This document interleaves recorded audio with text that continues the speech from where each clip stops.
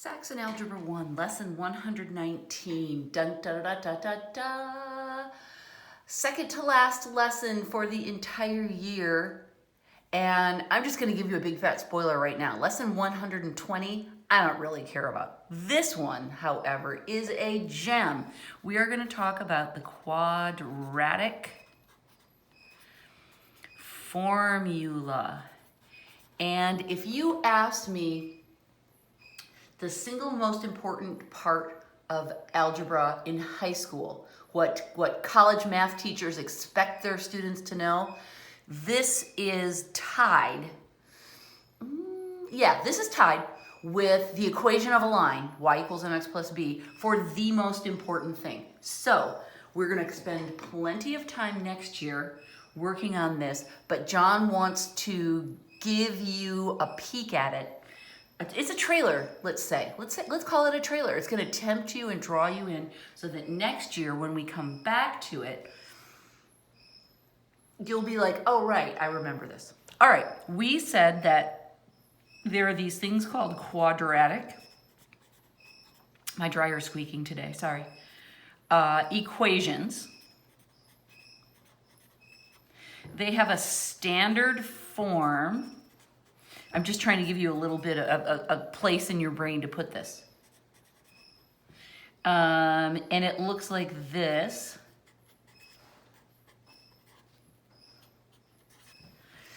Where we have an x squared term, we have an x term, we have a plain number term. The a, b, and the c just stand for the different numbers that you can put in there.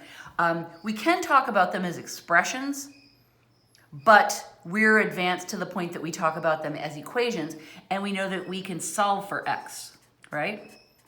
That's our goal with these, is we want to solve for x, and we usually have two answers, and what we call answers when we're fancy is we call them roots, right? There are two different values for x that usually make this come true. So, how do we solve for x? Well,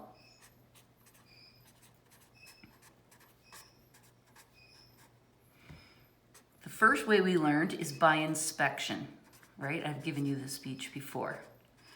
Okay, that's where we just look at these numbers and we say we're looking for something that multiplies to this and adds to this, and we just draw the two binomials and we figure it out in our heads, right? We just look at it. That's what I mean by inspection.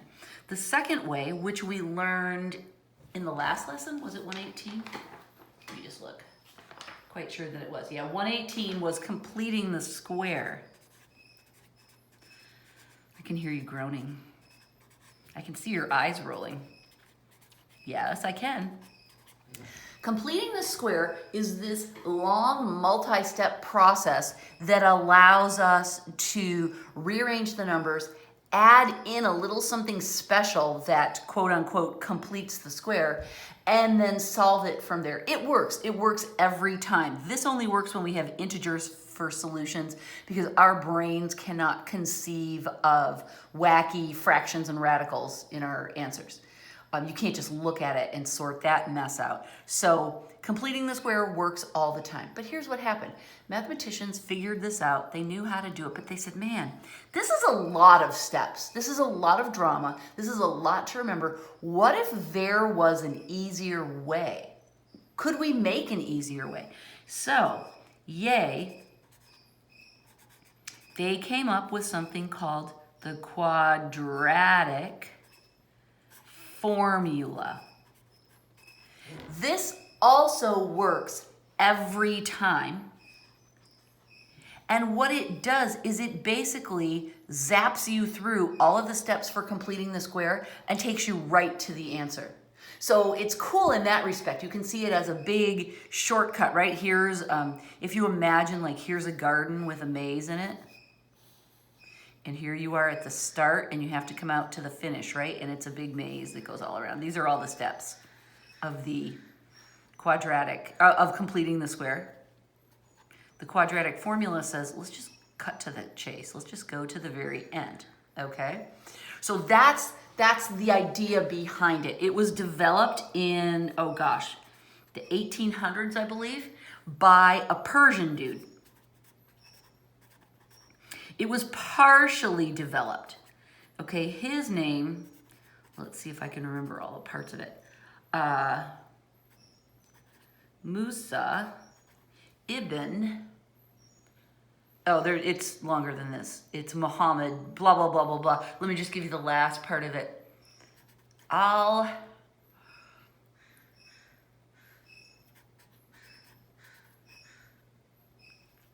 spelled it wrong. Khawazmi.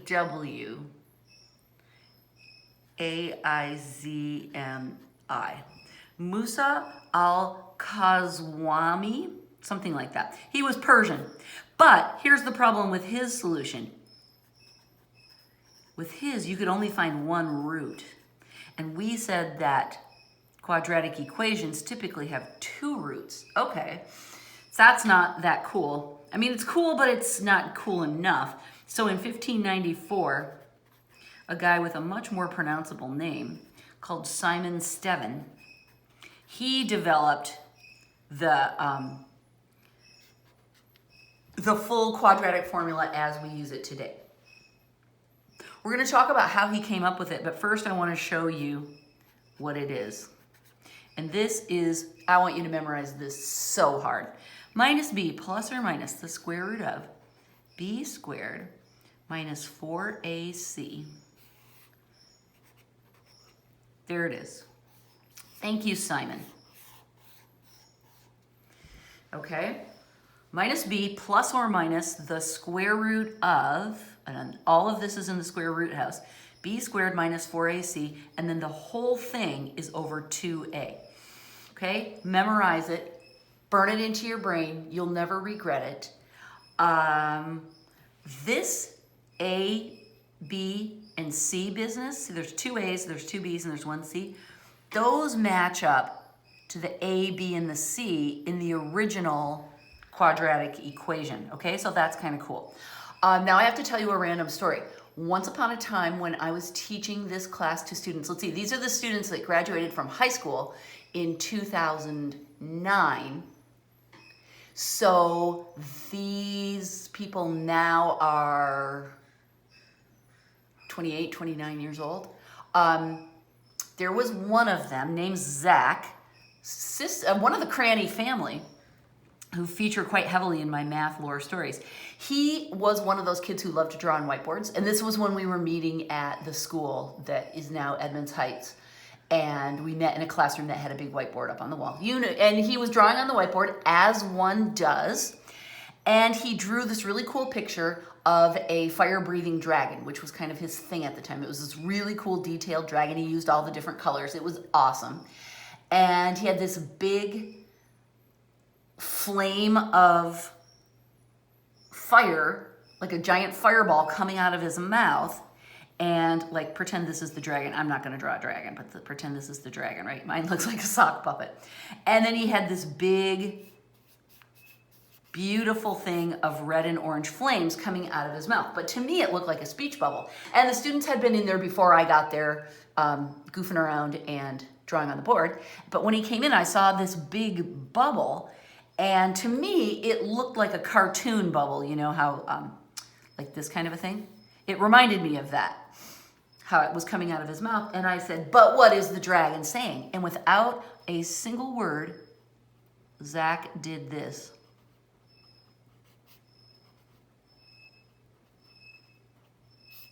He wrote the quadratic formula inside the dragon's mouth. And from then on, we started referring to the quadratic formula as the man-eating dragon. Oops.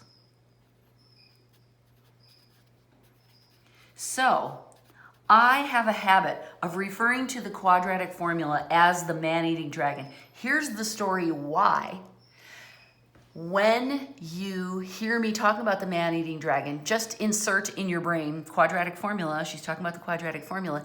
And when you go to future math classes, oh gosh, I mean, please think man-eating dragon, but you know, try not to say it. Other teachers might not understand. So, okay, how do we use this dragon? Well, I'm glad you asked. Let me explain. The problems will look like this. It says, use the quadratic formula to determine the roots of the equation, and then it gives us 3x squared plus 2x minus 7 equals 0. Now this is the first time we've had a number besides an invisible 1 in that x squared place, and it might feel a little scary at first, but don't worry, it's fine. We're going to be fine with it. I will point out that at this stage, John is going to tell you, when he gives you a quadratic equation to solve, he's going to tell you which method. He will say, solve it by completing the square, or he will say, solve it by the quadratic formula. Do it the way he says it, okay? He's trying to get you to practice all the different ways. All right, so here's what we do. We first write the man-eating dragon up here because we're going to need it, right? You're going to memorize it. For me, the easiest way to memorize something fast is to write it over and over and over. Write it over and over and over. Take a piece of paper and write it 10 times in a row. Make sure you get it right. But do things like that to just burn it into your brain really fast. Okay, so the first thing we do, I know you're going steps. What are you talking about steps? I thought the whole point of the quadratic equation was to skip the steps. Well, there are a few steps that we have to do. First thing we have to do is make sure it's in standard form.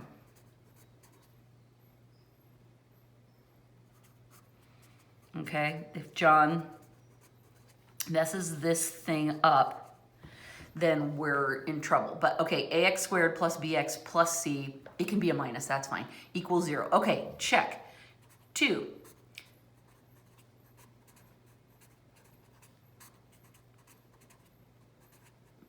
We need to figure out what is our A, what is our B, what is our C. Okay, well, you don't have to do this every time, but I'm going to write the standard form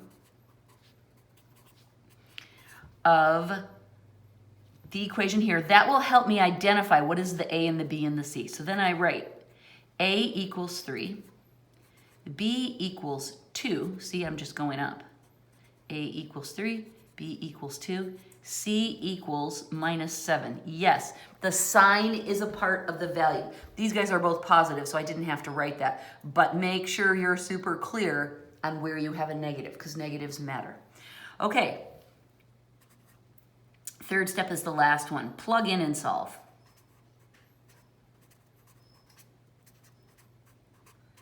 Okay. And I'm going to put a big parenthesis, well, it's actually kind of a small asterisk is what I meant. A big asterisk and write use parentheses. Parentheses. And I have a really cute story about Isabel Smith, the middle Smith sister, who ended up being a really solid math student. But, you know, she had to work hard to get herself there. I don't know if you guys know this, but when Isabel was in 7th grade, she had a serious back issue and she had to have surgery and she missed a lot of 7th grade math, and that really screwed her up. I started working with her after she had her surgery, and it just, you know, her mind was just in other places for some critical time in her math career, and it took her a few years to kind of get herself back to a place where she was confident with herself. And so what she was doing was she was doing math with me, but she was also taking math with Nancy Chang at Edmonds Heights, what is now Edmonds Heights. So she was kind of studying both things concurrently. I don't like when students do that. I think it's a really terrible idea to take 2 math classes at once and try to keep them both straight. But she was doing it mostly because she was emotionally bonded to Nancy. That's cool. Nancy's a great friend of mine. So I get it. But she had already learned how to do this with me, and she was in Nancy's class, and Nancy was explaining how to do this same process. Well, Nancy does not use parentheses to solve for her man-eating dragons, and that got her into trouble one day. She was doing a problem on the board, and she messed it up. And all the students in the class were confused. Nobody could figure it out. But Blessed Isabel was sitting in her desk using the quadratic formula with parentheses, which I'm going to show you in a second how we do it. Isabel got the answer right. She raised her hands and she said, Nancy, isn't the right answer blah, blah, blah? And Nancy said, oh, how did you get it? And she said, I used buckets. Oh, and she was so proud of herself, and she came and told me the whole story, and I just high-fived the heck out of her because she was so smart to remember. So always use the buckets. Always think of Isabel when you're at this stage. So what we're going to do is we're going to take our formula and we're going to copy it. But instead of putting the A, B, and C, we're going to put buckets everywhere that they are. So minus bucket plus or minus the square root of bucket squared minus 4. See how this works? You leave all the minuses and the squares and all the other details in there, but where there's a letter, you put a bucket, okay? Now we're gonna go through using this to guide us and these as our values, and we're gonna plug in. So this one is B is 2. Okay, you can see how if B was minus 2, we would have a really, well, it wouldn't be a mess, but it would be a much more complicated situation. This is another 2. This one is 3, it's A. This one is C, which is minus 7. And then down here we have another A, which is 3. All right, a word on this. Definitely set it up with your buckets, but then when you're filling up the buckets, sometimes I do what I just did, which is I go through and just go in the order that I find each bucket. We're using this for a reference. Sometimes I'll go, okay, let's start with A. Where are my A's? Oh, there's one here and one here, and then I plug those in. Where are my B's? Oh, that's the first 2. So either way is fine. Just go with the flow of what feels good to you. Okay, now plug in and solve are my instructions. So now we just start simplifying this. What I usually do is start here in the pig house and clean this up as best I can. I make some notes up here. 2 squared is 4, and we're using order of operations, by the way. 4 as one does. Let's see. I want to try to make this easier. If I multiply 3 times 7, that's 21, and I can do that in my head times 44. Times 4. So this is 21. Times 4 would be 84.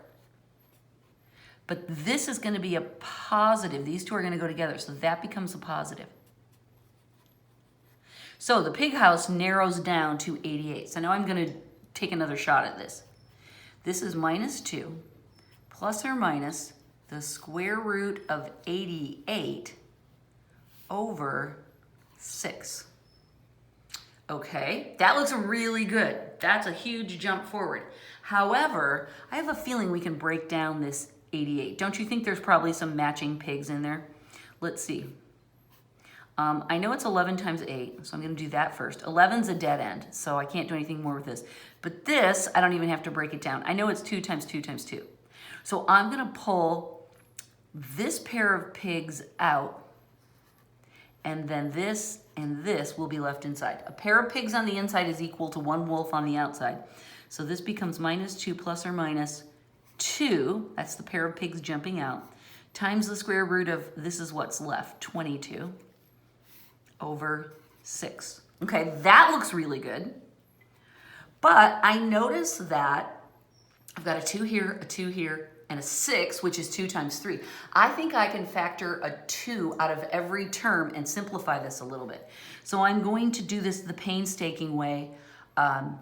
You can do it a little bit more in your head, but I'm going to factor a 2 out of the top. That will leave me with minus 1 plus or minus the square root of 22, right? I'm factoring this 2, nothing in here. That all stays the same because that's square root land. I can't do that. And then this is all over 6. Now I can cancel the 2 against the 6. I get a 1 and a 3. So my final answer, now I'll write the X. I didn't write it every time. I could have, but you don't have to. Now what's left is there's nothing on the outside here, right? Because I narrowed it down to a 1. So it's minus 1 plus or minus the square root of 22 over 3. And that's our final answer. Cool, right? Now, no wonder. First of all, let me say this is 2 roots because it's minus 1 plus the square root of 22 over 3, and it's minus 1 minus the square root of 22 over 3. So it is 2 roots. Thank you, Simon. We could have never just looked at the original expression and guessed that this was the root, so no wonder we needed a tool.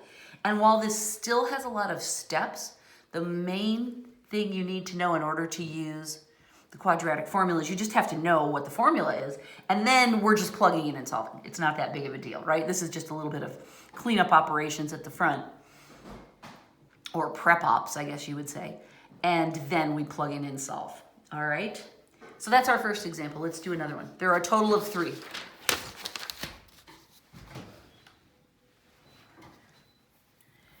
Example 119.2. Use the quadratic formula to determine the roots of, roots are just a fancy way of saying answers, equals minus x squared plus x. Okay, so the first time John was nice and he gave us the equation in standard form. This time he's a brat, and so we have to swim. Which way do we want to swim? Well, I look at this and I think I would just as soon have positive x squared. I mean, I can deal with the minus sign there. It would just be a equals minus 1. But wouldn't it be so much nicer if it was just a plain 1? So I say let's move this guy, let's swim him over here, and let's swim him over here. So when we change sides, we change signs. I always have a hard time spitting that out. So we're going to have positive x squared minus x minus 6. This one becomes a minus because it's jumping across. This one is a minus 6. It's staying, and that's what it already is. Okay, so there's my standard form. Now I can do A, B, C, and I usually put them over to the side on the left when I'm using, last time I had my steps over here. But when I'm setting up my page, my problem, and this does matter, you guys, as we do more and more complex calculations, I want you always to remember that I lay everything out on the page the way I do for a reason. I don't always explain what the reason is, but trust me and use the same format that I use. It helps. I've developed these arrangements in order to help you remember what comes next. Okay, so if we write A, B, and C over here, it's just like when we write our variables and then fill in for other kinds of problems. So now I'm going to find the values. That's a 1, this is a minus 1, and that's a minus 6. It doesn't matter if these are positive or negative. It doesn't matter if they're what numbers they are. It'll be fine. Okay, so now I'm going to write my quadratic equation because I don't see it again. It's on the other page.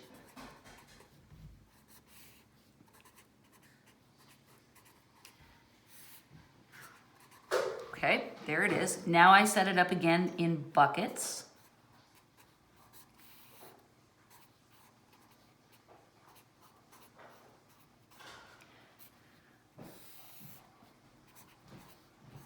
Okay, now I'm ready to plug in. This time I'll do it by the order of the letters. A equals 1. Okay, there's a 1 here and there's a 1 here. B is minus 1. That goes in these 2 spots. And C is minus 6. There's only one C, and it goes right there. Okay, fabulous. We have cleaned up the format presentation. We have plugged in. Now we're ready to simplify and solve. Okay. I can see that can be easily fixed. I can see that's going to be easy to fix. But we first focus our efforts on this because it's in the square root dealio. So that means it is the highest priority from order of operations. Minus 1 quantity squared is 1. This is going to be a plus because I have 2 minuses. Yay, see now we can ignore the 1. 4 times 6 is 24. Okay. And so now we're ready to simplify the next layer. Minus 1 is 1. Plus or minus, this is the square root of 25. So we can just write the 5 there, right? Because it's the square root of 25, so this is just a 5, divided by 2. That looks easy, doesn't it? So now we can simplify it. This time, because we don't have a square root, we just have integers here, we can actually split this apart. 1 plus 5, whoops, I've made a plus, divided by 2, and 1 minus 5.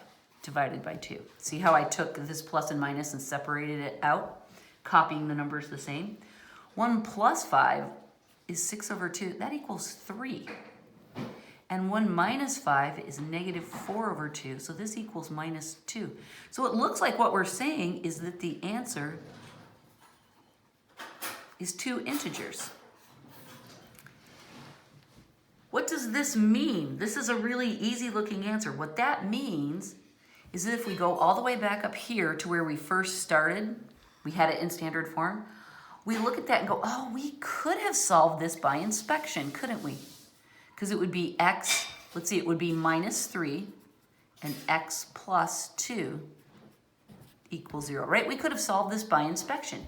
We just zoomed right past it because John told us to solve by quadratic formula, so we didn't even stop to look. But now that we see how easy our answers are, we can go back up and go, oh yeah, and then this would have been x minus 3 equals 0, which would have been x equals 3, and we could have done this, we could have subtracted the minus 2 and we would get x equals minus 2, and that is the very same answer as we got right here.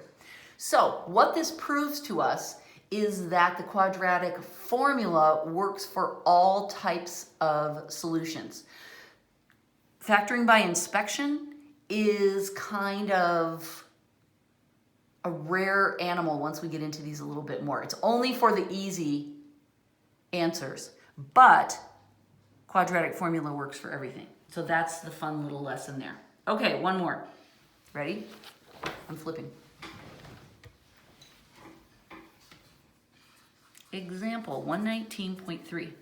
Use the quadratic formula to find the values of x that satisfy the equation minus x equals 7 minus. Okay, I'm going to read that again. Use the quadratic formula to find the values of x that satisfy the equation. That's the same thing as saying find the roots. It's just saying solve for x. There are many fancy ways that can be said. You'll get used to them, but sometimes John throws a lot of words at you. Okay, we look again and say, which way do we want to swim these? Spoilers, almost always it works best if you move everything to the left, which is the way we're used to seeing the standard form. But you can look at it and decide. And again, I go to that x squared and I go, he's minus, I'd rather have him be plus. So let's send everybody over here. We're just swimming fish. So that's going to be x squared, and then this stays minus x, and then this guy swims over minus 7 equals 0. After the one we just did, turning out to be one that could be solved by inspection, I give this a quick look, because you never know. Except then I go, okay, to get minus 7, it has to be either 1 and negative 7 or negative 1 and 7. And neither of those is going to add to the negative 1 that I get there. So, okay, it's not inspection. Let's go ahead with our ABC. And honestly, once you get zooming on these, it's just as easy to do it this way as it is to do it by inspection. You can zip through it really fast. Okay, x is 1, b is minus 1, c is minus 7. Okay, let's write it one more time. X equals minus b plus or minus the square root of b squared minus 4ac all over 2a. When I'm saying it out loud, I always say all over 2a because sometimes students will get confused and just draw the line under the square root part. No, the whole thing is under 2a. All right, so now we can bucket. Copy it carefully. Squared minus 4 times a times c all over 2 times a. All right, this time we'll do it. Last time we went through, we did the a's, the b's, the c's. This time we'll run through in order. B is minus 1. A is 1. C is minus 7. And then here's another a. Okay, I always clean this up before I rewrite it. Minus 1 quantity squared is positive 1. This becomes a plus, and that's 28. Okay, so this number is square root of 29 is what's gonna, because this is inside of here still. That's a prime number. 29 is prime. So I don't have to worry about simplifying that at all. So that makes me happy. This becomes a positive 1 plus or minus the square root of 29 all over 2. And we give this a quick look. Like we said, there's nothing we can do to simplify there. We can't factor out a 2 to cancel. So this one is done. And just a reminder to you, I know I've already said this, but remember that because we have a plus or a minus here, this represents two different numbers because it can be 1 plus square root of 29 over 2, but it also can be 1 minus square root of 29 over 2. So that's the two roots, the two different answers. Okay, yay. That's right also. I don't think I did this one. No, this is right also. I got distracted. Now, set your pencils down, relax your brain, and I'm going to just show you something cool that you don't have to actually do, but I want you to remember. What I'm going to do is I'm going to take the standard form of a quadratic equation, and I'm going to solve this using the steps of completing the square, and you will be delighted when you see what I end up with. Okay, so turn off the quadratic formula in your brain that I just shoved in there, and go back to completing the square. That's the magic number and all that stuff, kicking to the curb, magic number. I'm going to use that series of steps on this and watch and see what happens. I'm not going to use numbers, I'm just going to leave the letters. So the first thing that I have to do is I have to divide every term by a, because I want this to be a 1 in front. So this will be x squared plus ba over x. I'm just rewriting this so that the fraction is highlighted. Plus c over a equals 0. That always bothered me that you could just simplify that, but you can. Okay, now we kick this little guy to the curb. X squared plus bx equals minus c over a. Now I calculate my magic number. I take this term, b over a. Now, I want to divide it by 2, but it's already a fraction. So what I'm going to do is I'm going to multiply it by 1/2. That is another way to divide by 2. Multiplying by 1/2 is the same as dividing by 2. And when our b values are fractions, this is an easier way to do the same thing. Okay? So let's see. I draw the arrow. This in here is b over 2a. I'll need that later. Then that's what I square. So it's b squared over 4a squared. So that's what I'm going to add to both sides. Plus b squared over 4a squared plus b squared over 4a squared. I leave myself some room to fix that. Okay, so this should have made a perfect square if I did it right. So now let's see. This should be x plus b over 2a, x plus b over 2a. These should multiply to this, yep, b squared 4a squared, and they should add to this. Yes, because when we add them, we would have 2b over 2a, right? Because we'd add the b's together. The denominator would come along. So that would be 2b over 2a. And then we could cancel the 2's. So that's how I get the BA. So this checks. This works on the test. Now we have to make this work so that we can add them. So we have to fix this denominator so it matches that one. So we have to multiply by 4a, right? Because then we'll get 4a squared on the bottom. So this becomes 4ac plus b squared over 4a squared. And it's minus, okay? So I can cover this up. It's gonna be minus 4ac plus b squared all over 4a squared, okay? It's messy, but it's working. Okay, so now we've got the right side cleaned up. The left side looks good. We're gonna rewrite this as a perfect square. X plus b over 2a squared, right? Then this whole thing stays the same. You know what I'm gonna do? You'll see the method to my madness later. I'm just gonna put the b squared in front. In addition, order doesn't matter, so we can reverse those terms. I'm gonna write it as b squared minus 4ac over 4a squared. Okay, do you have a headache yet? Just relax and enjoy. You don't have to totally understand this. You're just watching me complete the square using letters and waiting to see what happens. Okay, so we have the square over here. We take the square root of both sides, right? So now these two cancel each other out, and I'm left with x plus b over 2a equals, okay, we have to do plus or minus because it's the square root. Now, this top we can't simplify. That stays the same. Whoops, that looks really weird. AC, is that what that's supposed to say? Let me just, that looks like a monster. And we already have one dragon in this problem, so we don't need monsters and dragons. Okay, the bottom we can take the square root of. Square root of 4 is 2, square root of a squared is a. That's a perfect square. All right, can you see? We're almost there. Now we subtract the b over 2a in order to get the x by itself, and we get x, we have to do it over here too, equals, ready? Minus b over 2a plus or minus the square root of b squared minus 4ac. That's all over 2a. Ready? We're there. And now, because the denominators match, we can squish that into one big expression.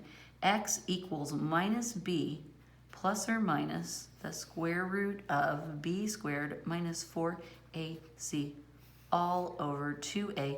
That is the man-eating dragon. That is how our friend Simon Stevin in 1594 derived the quadratic formula. He just took the standard form of a quadratic equation and he completed the square with it, and what he ended up with became the quadratic formula.